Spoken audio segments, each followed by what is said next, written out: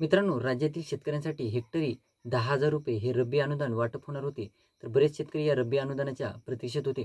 त्यात मित्रांनो, तो फायनली रब्बीचं जे अनुदान आहे ते शेतकऱ्यांच्या खात्यावर वितरित होण्याला सुरुवात झालेली आहे.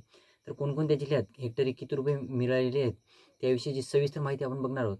आणि कोणकोणत्या जिल्ह्यात आता कधी वाटप होईल याविषयी देखील सविस्तर माहिती आपण आजच्या व्हिडिओमध्ये बघणार आहोत. तत्पूर्वी जर चॅनलवर नवीन असाल तर चॅनलला सबस्क्राईब करा आणि समोरील बेल आयकॉन बटन दाबायला विसरू नका. तर नमस्कार मित्रांनो, मी राजश्री, तर स्वागत आहे कृषी यूट्यूब चॅनलमध्ये.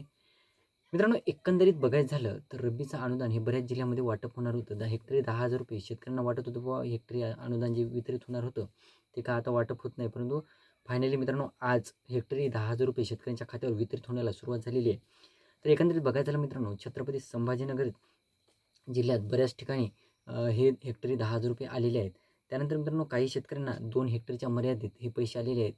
आता मित्रांनो, ज्या शेतकऱ्यांचे हेक्टरी 3 हेक्टर क्षेत्र आहे, अशा शेतकऱ्यांना कधीपर्यंत वितरित होईल ते देखील या व्हिडिओच्या माध्यमातून आपण बघणार आहोत.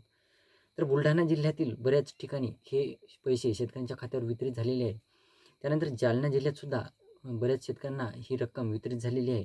त्यानंतर बरेच जे अकोला जिल्ह्यातील शेतकरी आहेत त्यांच्या खात्यावरसुद्धा ह्या रकमा वितरित झालेल्या आहेत. चंद्रपूर जिल्ह्यातील सुद्धा शेतकऱ्यांच्या खात्यावर, परंतु चंद्रपूर जिल्ह्याचं कसं झालेलं आहे, काही भागातच ह्या रकमा वितरित झालेल्या आहेत. पूर्ण भागात ह्या रकमा अद्याप वितरित झालेल्या नाहीत. त्यानंतर बुलढाणा जिल्ह्यातील सुद्धा बऱ्याच तालुक्यामध्ये ह्या रक्कम वितरित झालेली आहे आणि बराच भाग हा अद्यापही प्रतीक्षेत आहे. 2-3 दिवसात त्या शेतकऱ्यांच्या खात्यावर देखील या रकमा वितरित होतील. त्यानंतर मित्रांनो, नाशिक जिल्ह्यातसुद्धा काही ठिकाणी आलेल्या आहेत या रकमा. त्यानंतर धुळे जिल्ह्यात सुद्धा काही भाग या शेतकऱ्यांच्या खात्यावर वितरित झालेला आहे. त्यानंतर अहिल्यानगर जिल्ह्यातसुद्धा काही ठिकाणी या रकमा वितरित झालेल्या आहेत.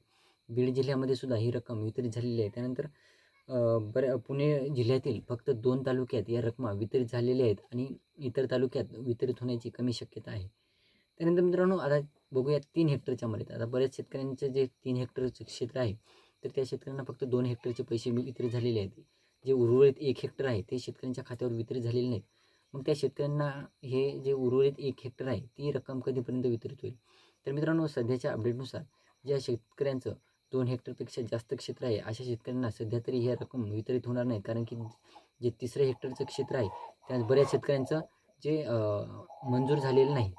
तर एवढी छोटीशी माहिती मित्रांनो. व्हिडिओ आवडला असेल तर लाईक करा, चॅनलला सबस्क्राईब करा आणि ज्या शेतकऱ्यांपर्यंत पोहोचवण्याचा प्रयत्न करा. धन्यवाद.